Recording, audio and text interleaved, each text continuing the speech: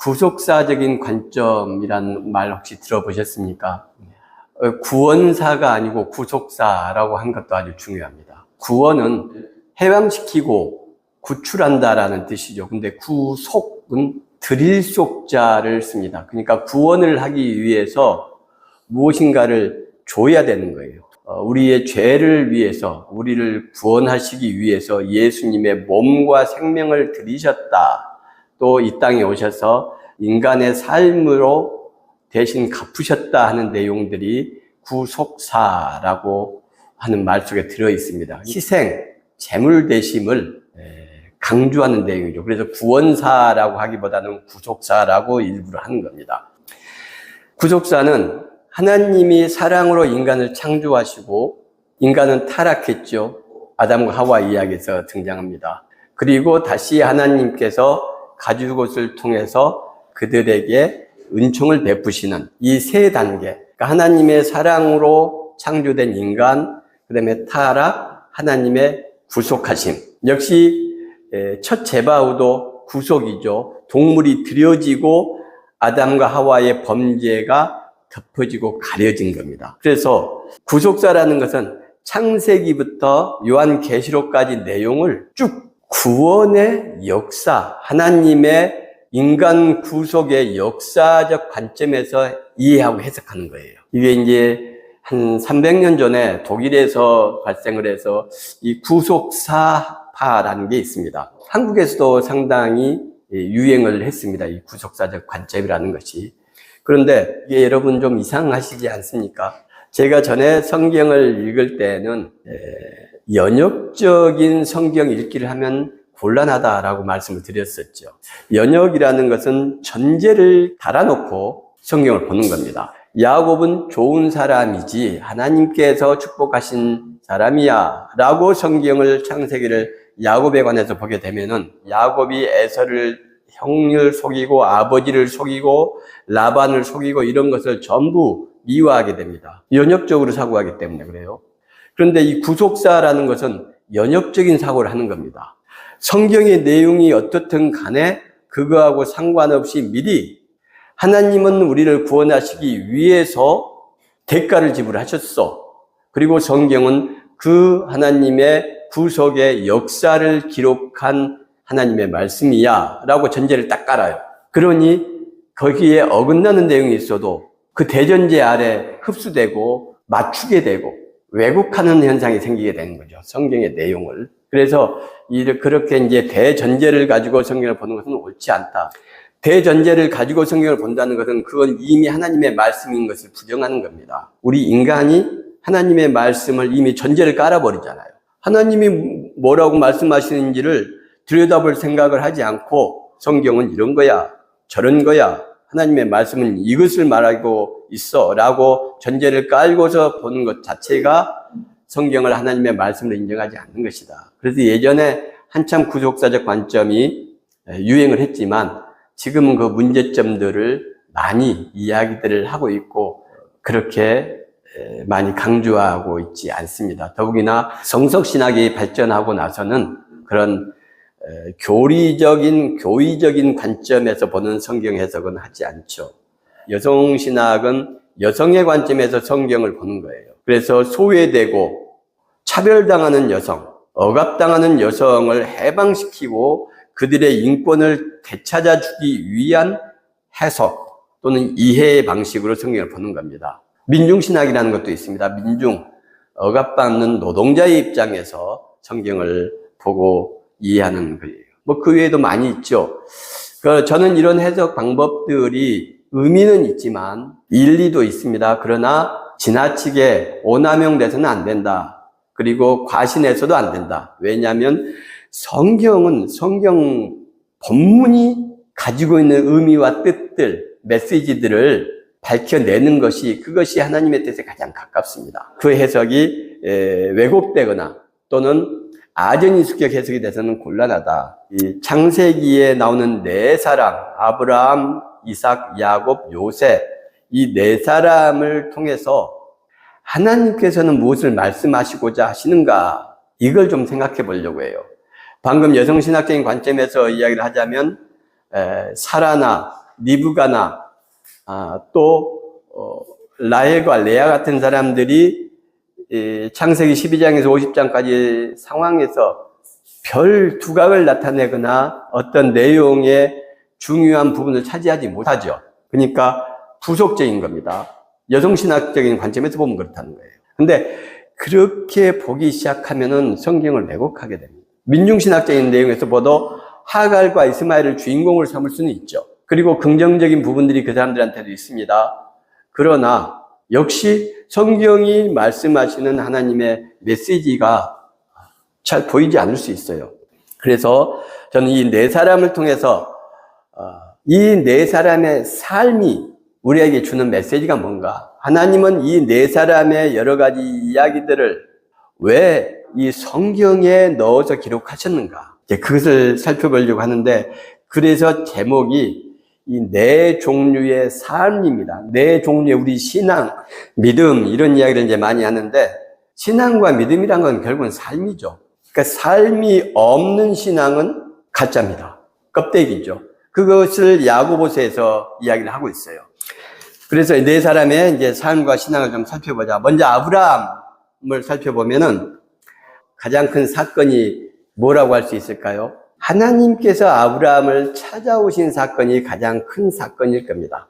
물론 모리아산에 아들을 바치라라는 그 하나님의 음성이 더 큰 사건이라고 할 수도 있어요. 그러나 하나님께서 애초에 아브라함을 찾아오셔서 아브라함을 택하지 않으셨다면, 또 하나님의 부르심에 아브라함이 마음을 열고 결단하고 순종하지 않았다면 모리아 사건은 있을 수 없는 것이죠. 그래서 아브라함 일대기에 가장 큰 사건이 하나님의 방문이다. 여기서 우리가 주의해야 될 것은 아브라함은 이방신을 섬기는 사람이었다는 겁니다. 하나님을 믿는 사람이 아니었어요. 사실 우리 모두는 하나님의 방문을 받은 사람들입니다. 그리고 우리가 아브라함처럼 마음을 열고 이 낯선 하나님을 환대한 거예요. 하나님 들어오십시오. 저를 찾아오시니 감사합니다. 이제 제가 하나님의 자녀로, 하나님의 사람으로 제 삶을 신앙인으로 살아가겠습니다. 이런 결심과 다짐을 우리들이 한 것이죠. 아브라함도 그것을 한 것입니다. 그래서 하나님의 말씀을 따라서 하란을 떠나죠. 75세 때에. 하란을 떠났다는 것은 익숙한 삶과의 이별, 익숙한 내 일상과의 결별을 의미하는 것이죠. 거기에는 돈도 있고 가족도 있고 뭐 기타 등등의 것도 많이 있습니다.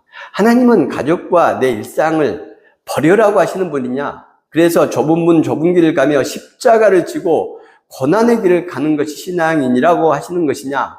그런 이야기는 아닙니다. 우리가 아브라함의 이야기에서 볼 수 있듯이 아브라함은 하란에 있을 때보다 훨씬 더 축복받고 존경받고 많은 큰 일을 해냈던 사람이에요. 아브라함의 후손으로 예수님이 오셨다거나 아브라함의 후손으로 다윗 왕이 태어났다거나 이런 것은 이야기할 필요가 없습니다. 아브라함을 성경에서 뭐라고, 창세기에서 뭐라고 이야기하는지에 대해서 알아보면 되는 것이죠. 아브라함의 두 번째 큰 사건은 뭐라고 할 수 있겠습니까? 소돔과 고모라에 일어났던 전쟁, 롯을 구하러 갔던 그돌라오멜과의 전쟁 이야기라고 할 수도 있고, 또 어떤 분은 소돔과 고모라 멸망 사건 또는 천사를 영접한 사건, 이렇게 말씀하실 수 있겠죠. 제가 생각하기에 두 번째 아브라함에게 큰 사건은 모리아 사건 같아요. 하나님께서 자기를 찾아오시고 부르셔서 자기는 마음을 활짝 열고 하나님을 영접하고 하나님의 사람으로 살아가려고 애를 쓰고 있었는데 날벼락에 떨어진 것이죠. 하나님께서 그 기적적으로 주신 은혜의 아들을 바쳐라. 여러 가지 어려움이 있었겠지만 결국은 하나님의 손길로 이삭이 죽지 않아도 되었습니다. 그 뒤에 아브라함은 어떤 생각을 했을까요? 제 생각으로는 평생에 이삭에게 한없는 부채의식을 가졌을 겁니다.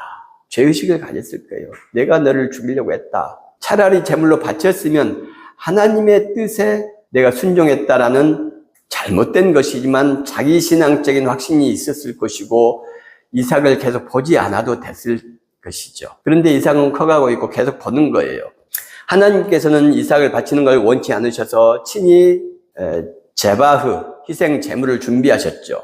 그러니 아브라함의 선택은 옳은 것이 아니었다는 것을 알 수가 있죠. 그래서 바른 신앙이란 무엇일까를 아브라함은 한없이 고민하고 평생을 하나님께서 원하시는 삶이란, 신앙이란 무엇인가를 고민했을 겁니다.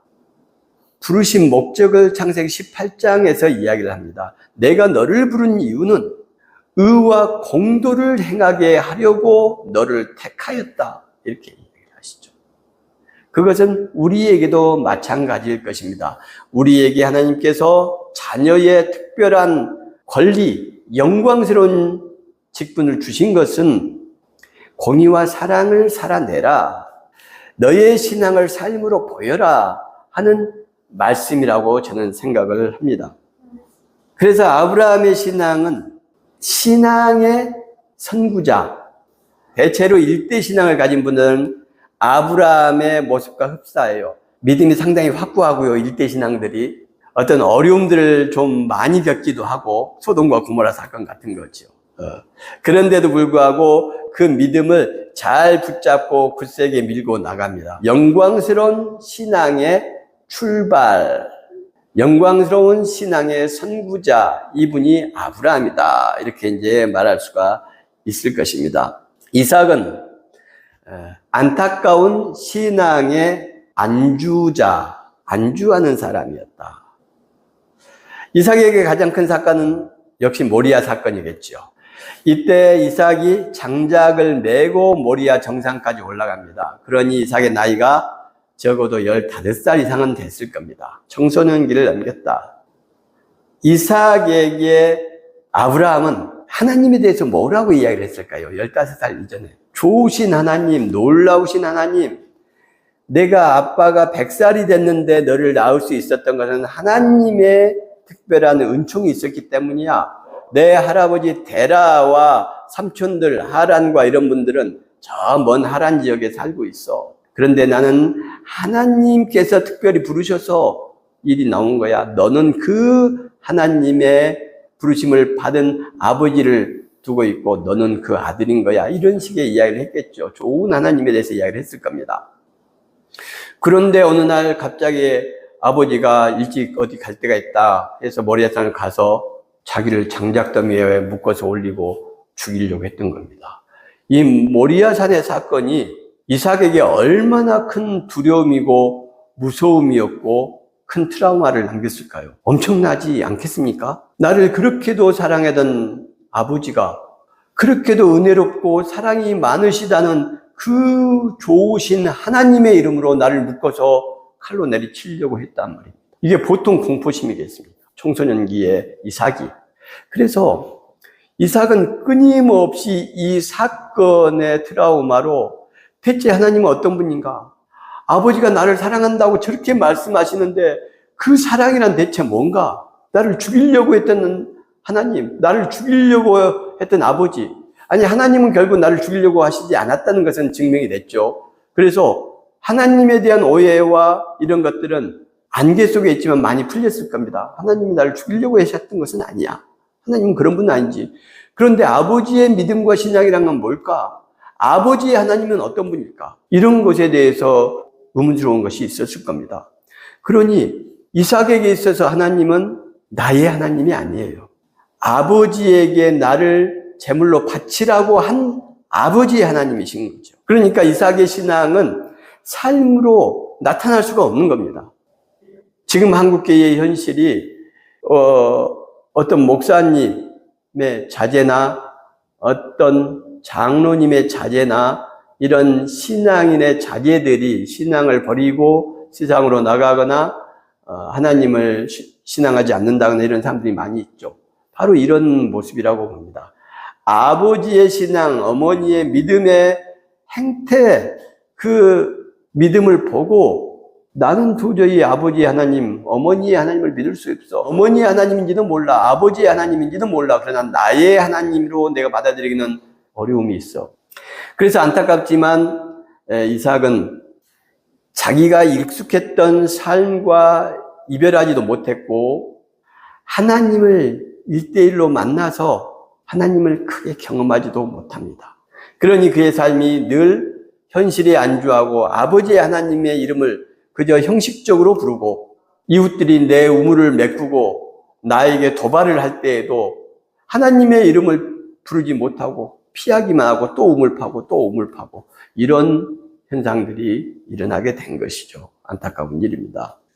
야곱 같은 경우는 어땠습니까? 야곱은 경계해야 될 신앙의 퇴보자, 이렇게 이야기를 할 수가 있어요. 야곱 사건에서 가장 중요한 것은 뭘까요?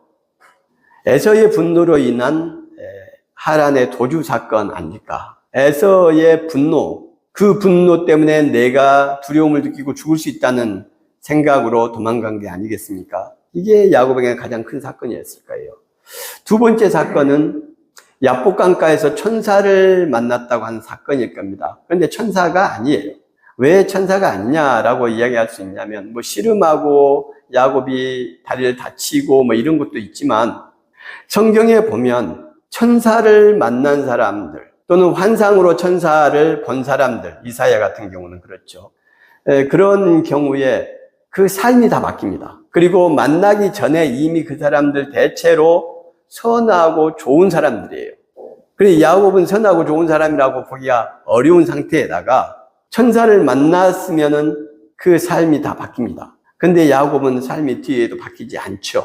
그래서 계속 형을 두려워하고 아버지 어머니를 20년 이상 떨어져 있었으면서도 그 뒤로 몇 년간을 어머니 아버지한테 가지 않습니다. 가나안 땅에 와서도 계속 돌아요.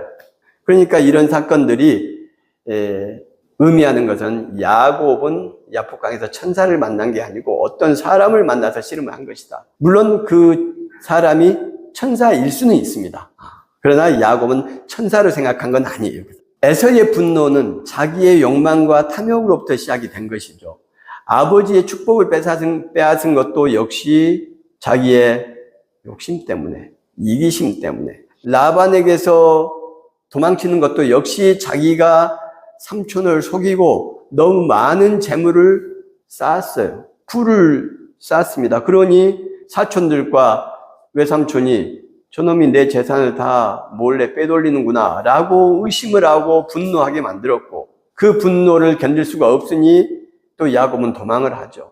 이렇게 야곱의 신앙과 삶이라는 것은 끊임없이 속이고 도망가고 자기 욕망을 채우고, 그리고 아쉬움에 하나님을 찾고 또 피하고 도망가고, 가나안 땅에 와서도 빙빙빙빙 어머니 아버지를 만나보지 못하고 돌고, 에서가 나하고 함께 가자고 해도 가지 못하고 그런 세월을 사는 겁니다. 그리고 함께 해서도 늘 불안하고 자기 죄 때문에, 욕심 때문에 두려움에 가득하니까 결국은 에서가 모든 것을 야곱에게 물려주고 떠나지 않습니까? 그래서 이 야곱의 삶은 하나님의 뜻과 상관없는 믿음, 하나님의 말씀과 상관없는 신앙을 살 때 그 사람의 삶이 어떻게 될 것인가를 보여주고 있는 거예요. 이삭의 삶보다도 훨씬 점수가 낮은 삶이라고 볼 수가 있죠. 지금 많은 분들이 이런 우려스러운 모습, 자기가 필요할 때만 하나님을 찾고 자기 욕망의 수단과 도구로 하나님의 이름을 부르는 일들이 너무 많은 것 같다. 네 번째는 요셉입니다. 요셉은 위대한 신앙의 완성자라고 이야기할 수 있어요. 신앙의 완성자. 요셉에게 가장 큰 사건은 역시 형들에게 옷이 벗겨지고 우물에 던져지고 하마터면 죽을 뻔한, 그리고 노예로 팔려간 이 사건이겠죠. 이삭이 모리아산에서의 트라우마가 있었다면 요셉도 비슷한 상황에 처해 있습니다. 굉장히 대조되는 내용이죠. 이삭은 아버지가 그렇게 했고, 요셉 같은 경우는 자기의 꿈과 교만, 진 옷, 채색 옷, 이런 것들이 주는 거만함, 이런 것 때문에 결국 형들을 무시했고 형들에게 죽임을 당할 뻔했죠. 이유가 있는, 물론 그 정도가 너무 심하긴 하지만. 그런데 놀랍게도 이 사건을 통해서 요셉은 위대한 각성을 합니다. 깨달아요. 아, 하나님은 어떤 분인가? 비록 꿈을 주셨지만 그 꿈을 내가 잘 품고 겸손하게 그 꿈을 기대하면서 살아내지 않으면 함부로 나는 하나님의 택한 사람이야, 나는 거룩한 꿈을 꿨어, 놀라운 꿈을 꿨어, 형들과 모든 별들이 나에게 무릎을 꿇고 절을 했어, 이런 교만한 생각을 하면은 그 대가를 준다. 여지없이 야곱과 똑같은 것이죠. 요셉은 아버지 야곱의 이야기를 많이 들었을 겁니다. 다른 아들들은 들로 나갔지만 야곱이 요셉을 곁에 두고서 너 엄마 라헬을 아빠가 참 사랑했단다, 요셉아, 하나님은 말이야, 이렇게 이야기를 했을 거예요. 그 꿈만 믿고 그렇게 살다 보니, 아버지의 그 편애를만 믿고 살다 보니 그런 고통을 당했고, 그리고 놀라운 각성을 통해서 이제 꿈을 버리는 사람이 됐죠. 다른 사람에게 관심을 갖는 사람이 된 겁니다. 하나님의 뜻을 그가 생각했는지 어땠는지는 알 수가 없어요. 그러나 명확한 것은 그의 삶이 이 놀라운 사건, 무서운 사건을 통해서 바뀌었다는 겁니다. 익숙했던 것들과 이별했죠. 채색옥, 케토네토 파스와 이별했고, 자기의 그 욕망을 충족시켜주는 꿈과 이별을 했고, 자기 과시와 이별을 했고, 그래서 다른 사람들의 얼굴을 보기 시작하고 다른 사람들의 마음을 살피기 시작했죠. 그래서 죄수가 돼서 누명을 쓰고 억울하게 들어간 상태에서도 다른 죄수들의 얼굴을 살피고 다른 죄수들의 마음을 살피는 그런 사람이 되었던 것입니다. 그가 하나님을 부르는 것은 자기 욕망, 내 누명을 벗겨주십시오 하면서 부른 게 아니에요. 꿈의 해석은 하나님께 있지 않습니까? 하나님께서 당신의 염려를, 당신의 걱정을, 당신의 삶의 문제를 해결해 주실 겁니다.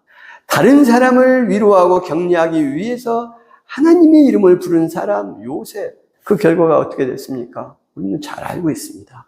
그래서 하나님의 이름으로 만민이 그 고통을 벗어나고 구원받는 놀라운 하나님의 사람으로 신앙의 완성자라고 제가 별명을 붙일 수 있을 만한 아름다운 모습을 보이게 되는 것이죠. 이 4명의 사람들은 4가지 신앙에 대해서 이야기하고 있다고 생각을 합니다. 이 사람들은 결국은 오늘을 사는 우리 그리스도인들의 거울이에요. 그래서 우리는 이 4사람의 거울 앞에 나를 비춰볼 필요가 있습니다. 나는 누구인가? 여러분들께서는 양 목사가 누구인가 그게 궁금하실 겁니다. 저는 이삭 정도가 아닌가. 이삭 정도. 삶은 이삭, 마음은 아브라함 쪽으로 가고 있고 이성은 그쪽으로 움직이지만 삶은 이삭 정도. 안주자, 답보자의 모습을 벗어나지 못하고 있다. 우리 창세기를 그동안 비교적 자세히 보지 않았습니까? 여기에 신앙적인 이야기는 별로 없습니다. 하나님의 이름을 부르는 것은 그렇게 많지 않아요, 생각보다. 뭘 이야기하느냐? 삶을 이야기하는 겁니다. 그리고 신앙을 이야기해요. 그런데 거기에 하나님의 메시지가 담겨 있다는 거예요. 우리는 뭐라고 이야기하지 않아도 이 4사람의 삶과 4사람의 신앙에 담긴 하나님의 뜻이 무엇인지 사실 명확하게 우리 성도들은 다 알고 계십니다.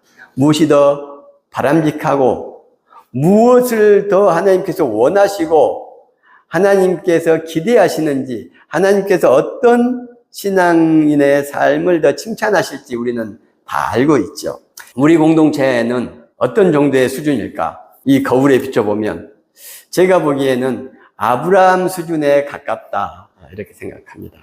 우리 인원이 적지만 제가 한 2년간 이렇게 우리 공동체에서 사랑을 베풀고 손길을 내밀고 이랬던 분들을 생각해 보니까 일회성으로 끝나지 않고 그래도 비교적 계속해서 사랑의 손길을 내밀고 하는 분들이 우리 교인들의 인원 정도가 돼요. 거의 한 7명 정도가. 놀라운 겁니다. 정기적이지는 않지만 1년에 몇 차례씩 그분들의 안부를 묻고 식사를 대접하고 또 선물을 주고 뭐 기타 등등의 하나님의 이름으로 그들에게 나아갈 수 있다는 것, 우리 교인의 숫자만큼 나아갈 수 있다는 것은 이건 놀라운 겁니다, 사실. 한번 생각해 보십시오. 수만 명이 되는 그 서울의 많은 교회들, 우리 부산의 그런 교회들, 그 교인들의 숫자는 고사하고 교인들의 10분의 1만 1년 동안에 끊임없이 2년 동안 끊임없이 사랑의 손길을 내민다고 생각해 보세요. 3만 명 된다는 교회 10분의 1이면 3천 명이죠. 1년에 3천 명을 매번 부활절, 추석, 이런 겨울 추울 때, 크리스마스 이럴 때에 도와준다고 생각해 보세요. 교회가 얼마나 칭찬받고 박수를 받겠습니까? 세상 사람들에게. 100분의 1만 된다고 하도 마찬가지입니다. 300명에게 정기적으로 도움을 준다. 그런데 우리 공동체는 우리 인원의 그 이상 되는 사람들에게 그런 선행을 행하고 있는 것이죠. 다 여러분들의 수준인 겁니다, 그것이. 그래서 우리 공동체는 아브라함에 가깝다. 여러 가지 아브라함도 이집트에 내려가기도 했고, 사라를 누이 동생이라고 하기도 했고, 실수하고 넘어졌습니다. 그러나 우리도 살다가 실수하고 넘어지죠. 그러나 아브라함은 참 위대한 신앙의 선구자였고 신앙의 출발자였다. 자신의 삶에서 하나님을 정말 잘 증거한 사람이다. 이렇게 생각을 합니다. 그런데 우리 공동체가 여러분들 덕택에 그 아브라함의 버금가지는 못하지만 아브라함을 따라가는 수준의 그런 신앙이다. 저도 정말 감사합니다.